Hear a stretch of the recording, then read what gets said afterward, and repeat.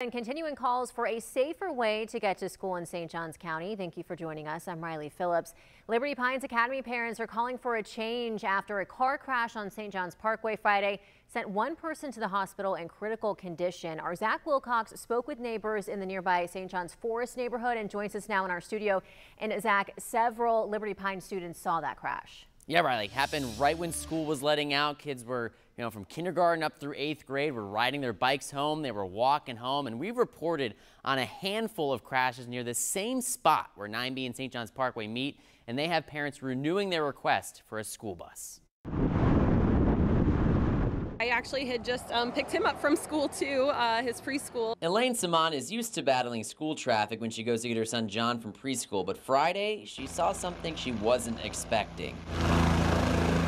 A helicopter in the middle of St. Johns Parkway. Yeah, the life flight was there. They were loading somebody in. The traffic was incredibly backed up and they had the north lanes closed off. St. Johns County Fire Rescue reports it was a single vehicle crash with one person flown to the hospital in serious condition.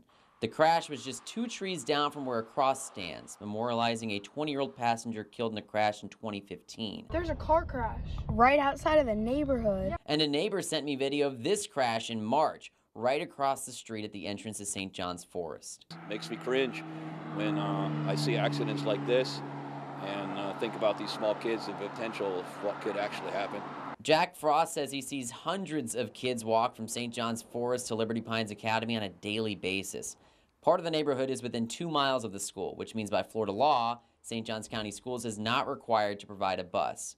The district temporarily provided a bus for part of the 2022-2023 school year, while county crews improved the sidewalk and moved it further from the roadway. Some type of barrier or something needs to be put up here, and it's a shame that this is what was done, because this is not going to save these kids' lives if something seriously is going to happen. Saman is hoping something changes before her son starts at Liberty Pines Academy. Right now he's 16 months, so I mean just a couple years away, and it's scary. It's scary to think he's going to be walking this roadway as a 5-year-old. I mean, can you imagine a 5-year-old walking this to get to school?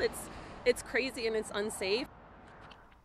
Now, I did reach out to St. Johns County Schools yesterday, but given that it's a holiday weekend, I haven't received a response just yet. However, I do want to point out that in 2021, the superintendent requested a hazardous designation so the state would pay for a bus, but a study determined it didn't meet the criteria in the state law.